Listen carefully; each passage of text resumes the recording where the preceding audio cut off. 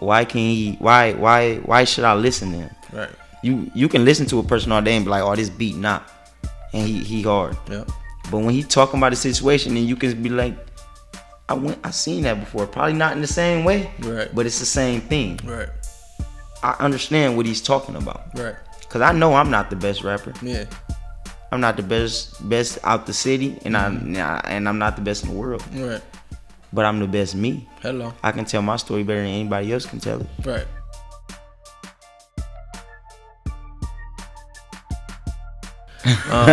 Welcome to another episode of Talk That Talk podcast, man. I am Gaylon Hughes Jr, better known as your credit expert, also known as the president and co-owner of 3E Management Solutions. And today we got a very, very exclusive special episode, man. I was not even expecting this at all. First interview on camera. Yes, sir. Rollout coming out for the new mixtape, man. I can't say too much, man. This guy got 1 million views on YouTube, man. I am nowhere near his stardom at all, bro. We got the guy, Deuce Too Much. Brody, what's the deal? How you feeling? How you feeling? I'm good. How you feeling? I'm feeling great, bro. I see you got that Remy in your cup, so I know you feeling great. Yeah, and blessed, real for sure, good. for sure. Man, and I want to make a toast, man, while we on this podcast, man. Just on 18 years old, Let's bro. do it. Got your mixtape coming out, man, and the fact that you still here and you prospering, bro. I'll make a toast to that and make sure that you keep going, for sure. So, that being said, man, we talked about 1 million views on YouTube. That was on the song May 29th with Chachi and whatnot, man. Yes. Tell me how, first off, the relationship between you two and how much y'all got with the chemistry that y'all have on the any song that y'all get onto, and then also how that came about and why did that song even come out? Okay, so first off, people feel like me and Chachi just like rappers, like, you feel me? We through the same neighborhood and we just link up and do features, but in reality, that was my childhood best friend. So we grew up together. Okay. We met when we was 5 years old. We knew each other all our life. We started rapping together. That's what's up. Like, we told each other, like, you need to start rapping. I'm about to start rapping. Who rapped first out of between y'all two, or y'all both started at the same time? What's crazy is, when we was younger, we had a group. We was in the Flintstone Kids, if you remember. Ran by Lane. So I was in it first.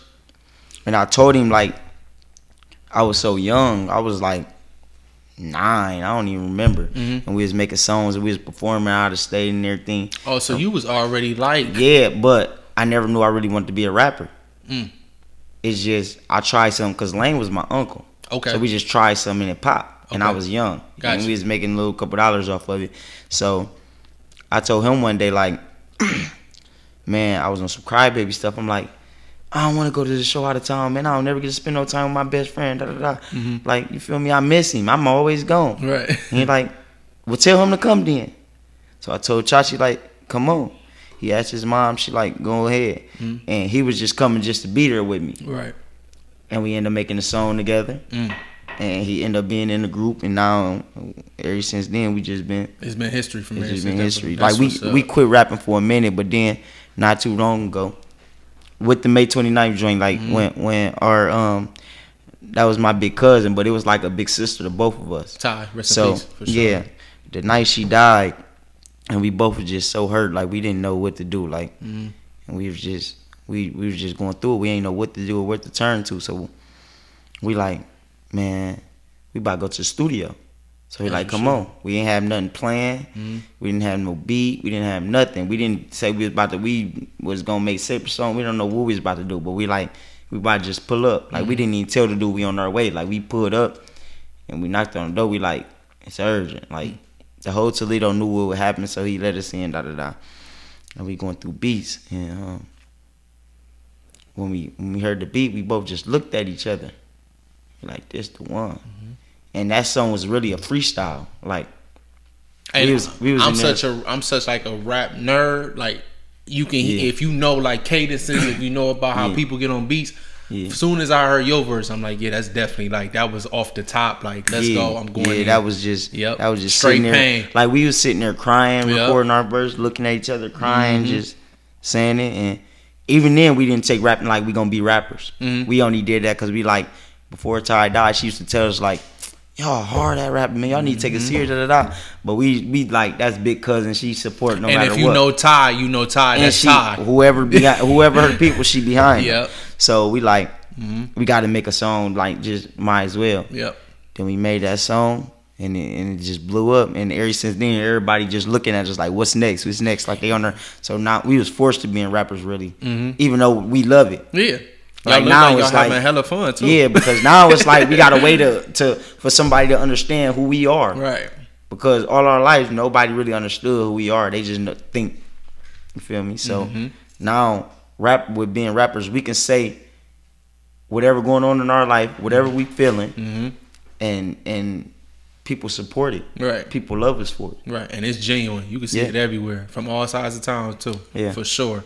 So upcoming mixtape, man. Tell them the name of it and what it's going. My upcoming mixtape called Forever Scarred. Come out July 27th on all platforms. Yes, sir. Yes, sir. Well, so any feature, and that was crazy. You wanted to talk about this too, but I wanted to know, is there any features that you can or want to reveal on the tape that you can get to the public right now? Actually, I ain't got no features on my tape but Chachi. Okay. And it's the features that's on my tape with him is no new songs.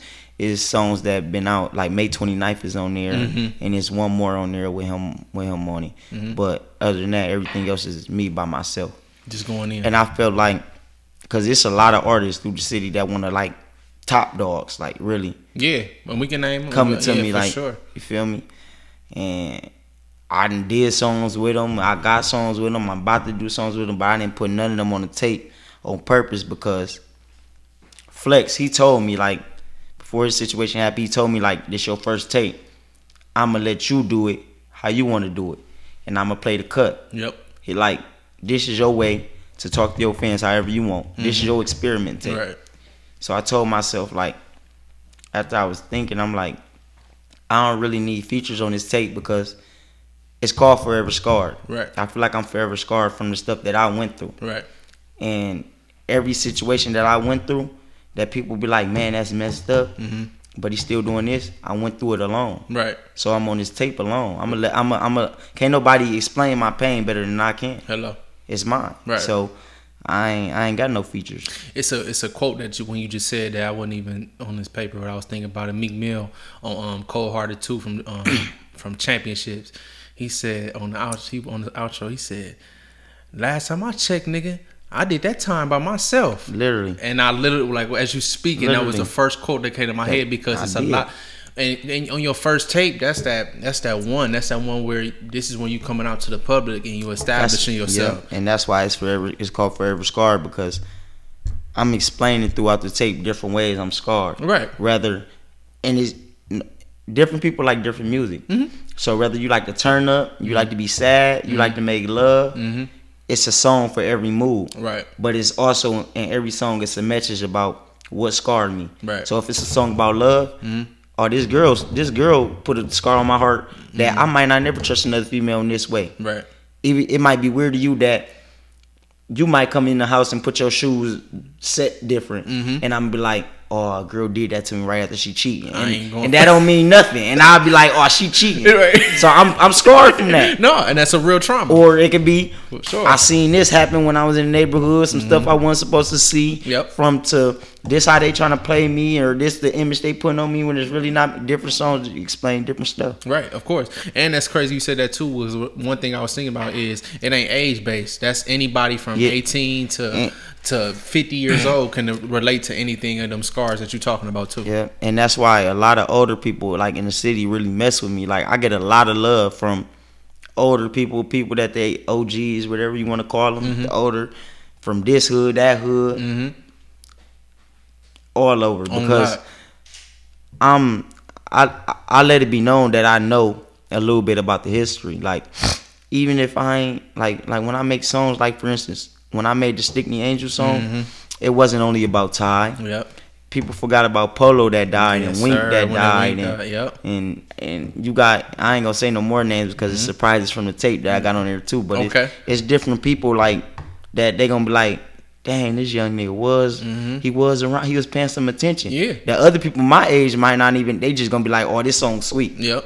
And might not even know the real and meaning. And not even know the real meaning. But the older nigga be like, what? How you even know? Yep. But they gonna remember like he was always around, but he was so little, they don't know that I really remember or I was really paying attention. Right. Because I was never a kid who did kid things. Right. Sad. Yeah.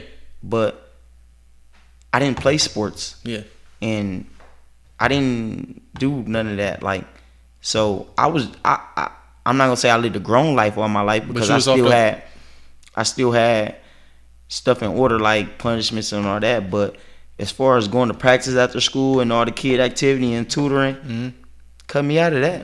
Because I already knew. I don't know how, but I told myself from the start, way back in 5th grade, it's so many people trying to go to the NBA and the NFL. I ain't got a shot at that. I ain't cut for it. But that's bro, not me. That's important. But the fact that you noticing that at that age, bro, you don't even know how vital that shit is. And another thing I want to touch back on is, and I want to just speak on just period before we go into the next segment of, you said that you knew your history about something that you front line for. So, for example, how you spoke about Wink, how you spoke about Polo and whatnot. It's a lot of people that want. It's a lot of dudes that want to go into that street life, but don't respect their OGs. They don't pay homage to where they learn game and then innovate it from what they did.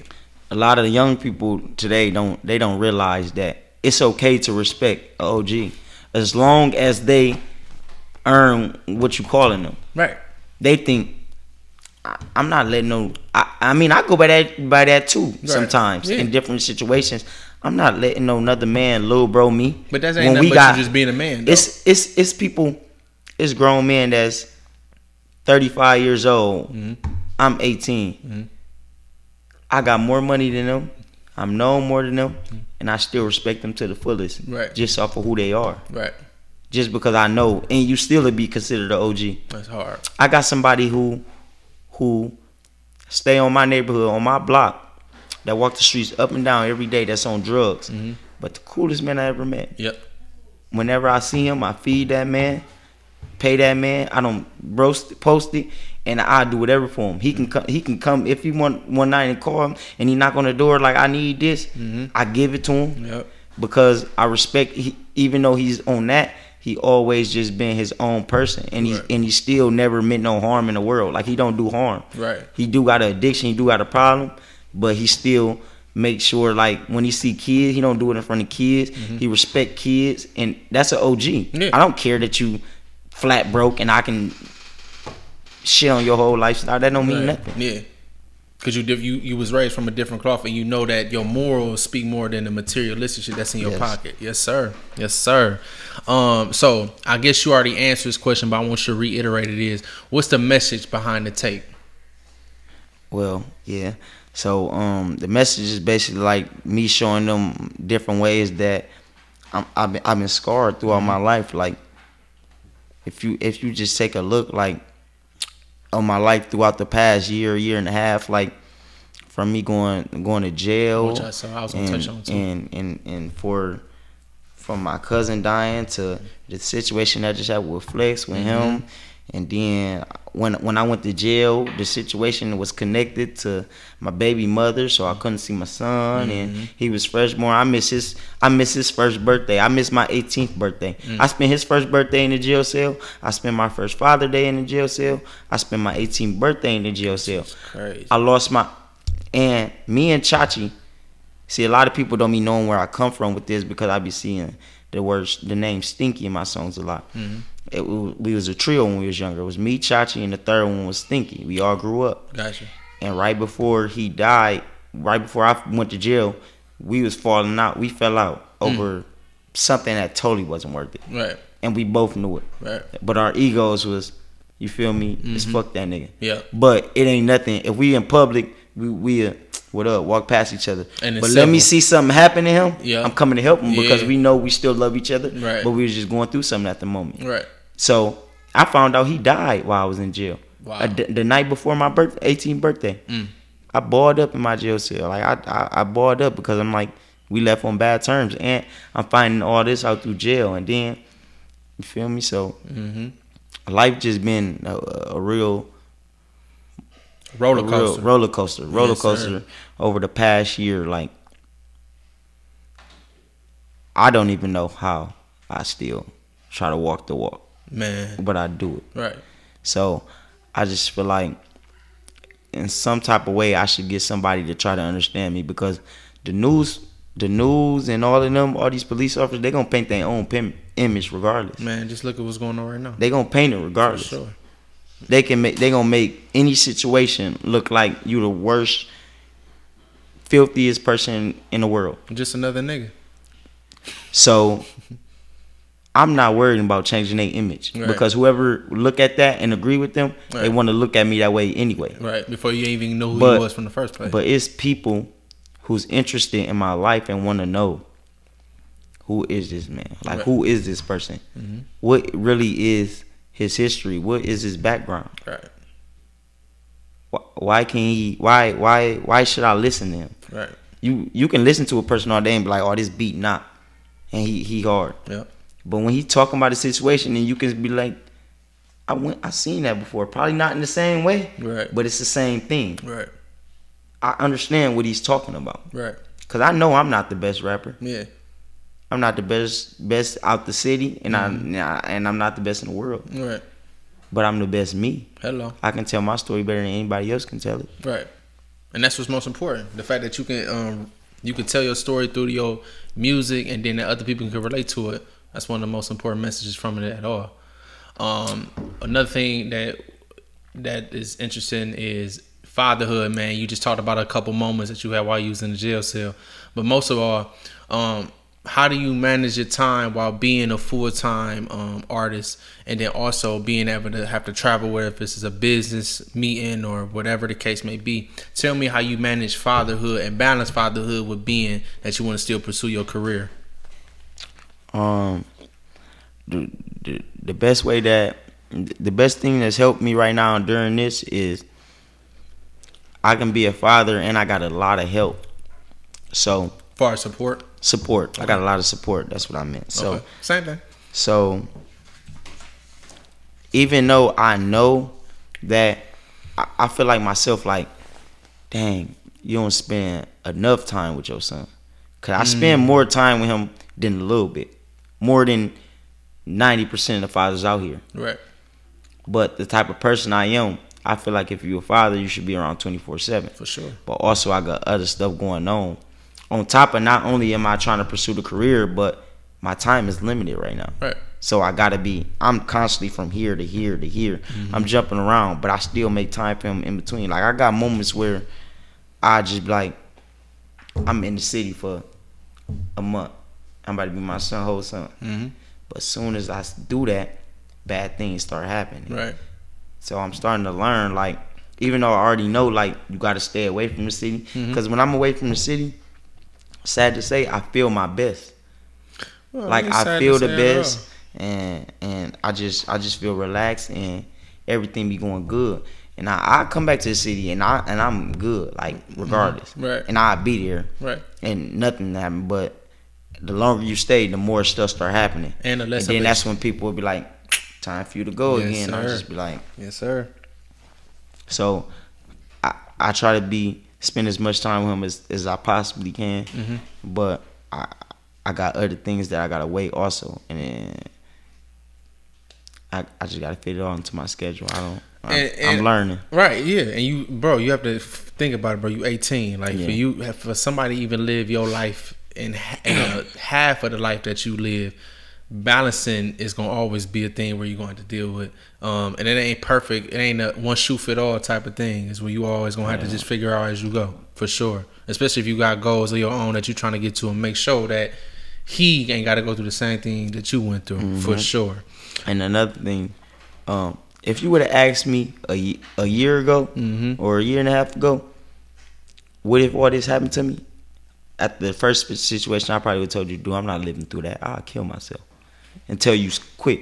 So sometimes when I be sitting back, I be thinking, like, you really still, like, I surprise myself. Like, I just be thinking, when the situation first happened, I just be like, I'd be so frustrated. And then I just be, I don't know. I don't never think about the situations until somebody else see me and they be explaining. I be like, man, I'm going through it like currently, but I'm not seeing like I see it and it get to me and it be weighing me down a lot. Right. But then I'm still living life. Like I done seen so many people fall into the depression stage where they just black out, and I'm like, I just be thinking like, I don't know how I'm not there yet. Like, I don't know how. And I think it's, and I just from my personal observation being with you, I think it's definitely music for sure. Again, your point off where you can vent. Like a lot of artists, you can see from the Juice World to the, you know, like to the Roddy Riches, to all them people. A lot of people that I hear, and Meek Mill, when we just talking about, a lot of people that I watch on interviews, a lot of the times they say, getting their thoughts off, even if that's not going on to an album, even if you just in the studio for a whole 24 hours and you done went through them situations, it's you and that microphone. It's easier to rap. Like when I first started rapping, May 29th wasn't my first song. Right. But that was the song when everybody caught everybody's attention. Now they like, oh, he a problem. When that next song come out. He a problem. When it miss, I want a feature from you. So now I'm like, before that, I got negative feedbacks from the city like a mug. I can't even imagine. He can't rap. But that's normal Toledo talk though. But I just was another kid in the neighborhood, just tried it. And I really didn't have much to talk about. Right. I mean, I had it to talk about, but I was too focused and wrapped up in how everybody else in the city rap. See, everybody else want to be like another person, and they want to say this and say this how they say it. And I was one of those. I'm not going to deny it. I was trying to rap how people would think it sounds sweet. But then when I went through that situation with Ty, I told myself, I don't care if 10 people listen to it or 10 million people listen to it. Somebody got to hear what I'm going through. That's the only way I'm going to feel better. So ever since then, every song I make, even when I make the turn up songs, I'm saying stuff that I really live by in life. Like I got a song and I don't disrespect females, but I got a song that said, I don't like bitches who wear too much makeup. I really don't. That's a fact. That's a fact. Even if it's a turn up and in the club they gonna bump to it, I really don't. Like if you hear me say it in my song, I really mean it. Really living it. Like I don't. And but dude, even on a national level, bro, people that are really out here making it, man, you'll be surprised by so many people and so many rappers is not living the life that they really talking about. And getting to one of the things that bother me the most, especially because I'm so attracted to it, is not really getting to the money that they really saying they talking about too.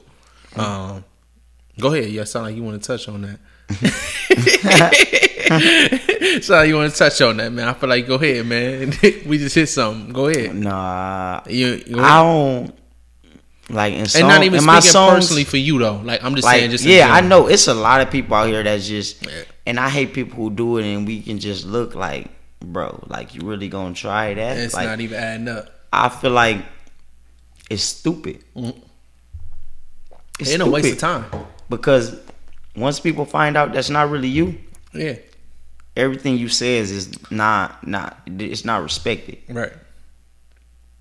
I've been like I had fans tell me before. I was on live and the fan told me before, like, Deuce Too Much is broke. All his brothers and stuff be wearing his chains. If you really had money, they had their own. And this when I was the only one with a chain in my crew.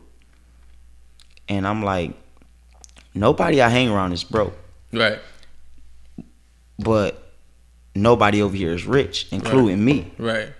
If that's not what they want to put their money down on, or that's not what they want to spend their money on, they don't got to. That's my point. These are the same people that, whether you call it dirty or not, when I was younger, we shared clothes. And that's solid. So if I got a chain and he's about to go out, and he's like, man, females about to be out, I'm not doing it. Come get it. I don't care. But now, guess what? As a year later, it's about 2-3 of us with chains. Right. This one not mine right now. Right. Mine is somewhere on my brother's neck. This is my brother's. Right. And we can switch now. Right. We can, you take this one, I'm going to take this one. Right. And it's working its way up. And people be forgetting, like, just because we doing all this, nobody I hang with is 20 years old. Well, I hang with a lot of older people. I'm just throw it out. But nobody, like, none of my friends none of us is 20 years old. And that's so stuff that we doing is the same stuff that people 25, 26, 28 is doing. So, or may not even be doing. Or may not even be doing. Or it's people that's 27, 28 that's commenting on our situation. that don't have it themselves. Right. But want to comment on what we got because what you see us doing, what you can't do though. Right. And why you comment on another man's pockets in the first place? Yeah. Hello. Yeah. So another question is we touch on is how does rapping affect your teenage life?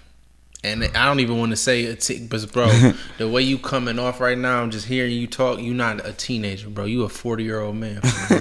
I feel like it, man. My body, I swear man. to God, like your whole aura, bro. Like you ain't no 18-year-old, bro. But go ahead and touch on it. Teenage. Okay, so rapping is like one of the most stressfulest lives that you can have as a teenager because, okay, teenagers. All they want to do is what? What you think? From being a teenager, raw and uncut.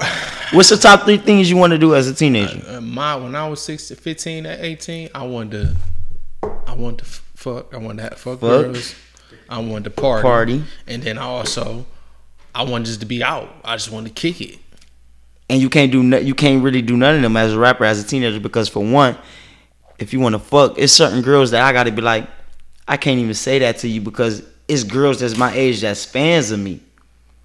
So you can't even come at them like that. Yeah, for sure. Because it's going to be like, nah, even though they would let me, right? It's like, I can't do that because of who I am. Right, for sure. You can't party because if you're a rapper, I get paid for everything I do. And so even if I know a party about to smack, if I ain't get booked, I can't just go like, man, I'm there. Yep, for sure. You can't go in there. And I was all your friends going. You can't. And I was thinking on the opposite. You said that you can't go, and then on how you was talking about how you can't be in the city too long, and how where it might be somebody hating and be like, man, I see him in there. We got to get him. So that'll be another thing. And it be that. Yeah, for sure. It be that. Yep. But it's not as easy as just them saying that because I'm not saying it to brag, but I got respect through my city. For sure.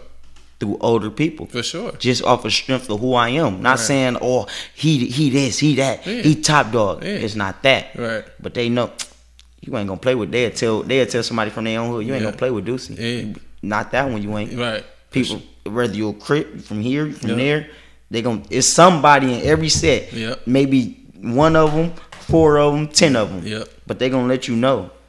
You ain't gonna play with him. Yeah, for not sure. That one. Hello. I understand like sometimes, like, I know OGs with the biggest bag that you would name in the city and that are really done messed it up, and they need somebody like a young nigga that really can. Yeah. So as long as you ain't coming at me like you trying to play me and you coming at me like, I'm gonna leave my shoulder out. Why not help you? Yeah, for sure. Because we both trying to get to the same place, and you already got the respect. You just low key falling off. Right. So you could possibly help me, and I know for a fact I can help you. But why not? Right. But some people, I ain't gonna say some. A lot of people don't look at it that way, bro. And I'm noticing is because with Didi being my cousin, man, what he always expresses, bro. A lot of niggas will get on a song with you. It could be, especially being from the city, you can get over on them on a verse, on the smallest verse, and you be like, I just did a verse. But then take that to the studio and be like, oh no, nigga, I ain't putting this out. This little nigga think he about to get over me. And it's a lot of that going on. I don't do that. You know why? Because that still fall back on your character. I don't care. I don't care if it's my song or if you pay me for this verse. I'm gonna write the best stuff that come to my mind. Exactly. I'm gonna spit the best thing that come to my mind because whatever I say, I want somebody to feel it regardless. For sure. And why even throw dirt in? You would put a trash verse on somebody's song and think you getting over on them. Well, really, you ain't. When really, once it get out, some people might hear and be like, "Oh, he trash. I'm cool." Yes, sir. All it take is one time, and a couple people be like, "Oh, I ain't listening to him." Yeah. And they really won't listen to you for the rest. They won't even give your next stuff a try. Right. For sure. Why would you do that? And this man or this woman or whoever, this artist came and spent money with you. Mm-hmm. It ain't no different from if you was in the streets or if somebody sold drugs. Mm-hmm. If I came to you and I didn't try to short you not $1, right? Why would you try to short me on what I'm buying from you or give me the worst of the worst if I gave you top dollar and what you asked for with no complaints? Right. Why? Yep. Don't make sense. Keep that relationship built instead of trying to be doing some flake shit. Because one day you could possibly need that person. Right. Yep. For sure. Man. A couple more questions I gotta ask, man. Where you see yourself 5 years in the rap game? And I wanted, it's one thing I thought about when I seen this question. Did you see what's going on with Drake and how he that was his last? I ain't the biggest fan of Drake, but it's something business oriented that I thought of. The last album he just released, which I ain't listened to at all, but that was his last album being independent, being on a record label. And I want to hear from you, being so new and fresh in the game. And like I said, me being such a rap nerd, bro. If Drake go independent, one of the biggest artists in the world. It's already a lot of dudes going independent, but at the same time, if one of the biggest artists in the world go independent, the music business is gonna go down, because at that point, niggas gonna look at him like, bro, if Drake making $10 million off guys playing a week, I'm not about to go sign no 360 deal. I'm not about to go sign for no record label when I already got a bag or a team behind me. So I ask where you see yourself for 5 years, but also how do you feel about going into an independent gig, and let's say Flex Productions behind you, or whatever team behind you, versus going to a record label and go, I want a deal from y'all, and it might be a 360. If I was to go into a deal, first off, you can't go into a deal requesting guidelines that you see Drake living by, because you haven't did the things that Drake done. Oh, of course. For it. Yeah. So anybody who does that is a fool. Right. Is a fool. And I meant, when I said that, I meant like. But I know it's people that really do that. Like, he can do it, so I'm not about to do that because this is what he doing. Right. No. Yeah. And a lot of people, and a lot of artists do stuff behind the scenes that you don't know about. So it's not just what you see. Right. But I wouldn't mind signing a deal, but I would want it at least in my pool a little bit. Like, I want Flex Productions with me, so we combine. Right. If I can bring my team still with me, but work with your team also. Yep. And we can create something that work. I'm all for it. More of a partnership than just partnership. A deal. Yep, yeah, exactly. Because I'm comfortable with who I'm comfortable with, and at the end of the day, everybody who I'm working with, from the cameraman, the picture man, everybody I'm around, the other artists on the label that I'm doing features with, if everything goes sour today and we never be able to rap again, I'm gonna be stuck in the same hood and the same house with the same people hungry and starving. Yep. And looking at each other, looking at what we gonna do next. Right. So why would I see, oh, they want to sign me, but I'm just leave them behind when they've been working with me? They've been pushing me this whole time. Right. I understand the rapping is an industry game, but I still got some type of street morals where I can't leave my people. For sure. So I understand I can't take the whole hood with me. Right. But these people got a purpose. There's somebody. He a cameraman, and he's not just any cameraman. Right. You know what he doing, so you're not gonna play him foul because you ain't gonna play me foul. Right. And you're not gonna play my photographer foul because you ain't gonna play everybody with me. You got to come at them exactly how you come at me. With the same type of terms. With the same type of terms. Yep. Cause we gonna come as a team, and it's a benefit. They not just coming just to, cause we grew up in the hood together. Right. He working when I'm shooting. Exactly. He working when I'm doing this. Right. Or even, I don't feel like a record label would be able to control me by themselves. I think a record labels can control 80% of people out there right now if they really put their foot down. And I can't control myself. Right. What you mean by that? Like, it's a lot of things that I do that Flex had to put me in check for, and then I realized, like, maybe I'm tripping. So sometimes you need the mentorship, but not even the mentorship, because I'm. That's why I feel like I'm really scarred from the hood. Right. Because a person, like, even if you sign me, you my boss. I don't care. You cut the checks. You're not about to talk to me a certain way. Right, yeah. That's why I never play sports. I don't like yelling. Right. I'm not a yelling person. I don't yell at my kids. Right. When I was a kid, when you yelled at me, whatever you saying, mom, granny, whoever you talking to me, out the window, they know that. Right. Like, they cut that off short. Right. Like, not saying they were scared of me, but they knew what type of kid I was. Right. And still to this day, I don't like yelling. So, but it's strings that Flex can pull because he know me and know who I am, that nobody else would be like, that's what you just did to get him to. But it worked like that, and he know. Yep. He know, like, we bump heads a lot, but he know how to come to me, and he know what to say, and he know what's going on. Right. So regular will just be like, what is you? Da, da, da, da. But he know how to chop it down, like, so you're gonna do this, or you can do this, and we can do this, and da da da. Yep. Okay. Being the middleman between the label and you, but at the same time being your brother and growing up with you to know, okay, this is how you gotta break it down to him. Yeah. Got you. So the last question I want to ask you is, what's the if it's a random person who just came across your music, what's the number one or main message that you want to put into your music that you want them to get? I just want whoever my fans, whether you a fan, you just a new listener, whoever you is that's listening to my music, I just want you to understand, like, whatever problem you facing, whatever you going through in life, or even if you just enjoying life, like whatever phase you going through, you gonna make it through it. Even if you the richest you can be right now. Right. That phase is gonna turn into a whole new phase soon. For sure. So don't get stuck in one part of life. Yep. Always be ready for the next move. Because you can be up and the next minute you down. Or you can be down and the next minute you up. Yep. Or you could just be down and you could stay down for a long time. Right. And then become up after 2 years. Right. Phases take different lengths and different times, but they all come to an end. It's all gonna change. Until the day you die, you're gonna repeat phase. You might go phase 1, phase 2, phase 3, phase 1, phase 2, phase 3, or you might go phase 1, phase 2, phase 1, phase 2. Different people go through different stages. Right. But it's all gonna come to an end, 100%. whether it's good or bad. 100%. So don't just focus on the moment. Focus on the future.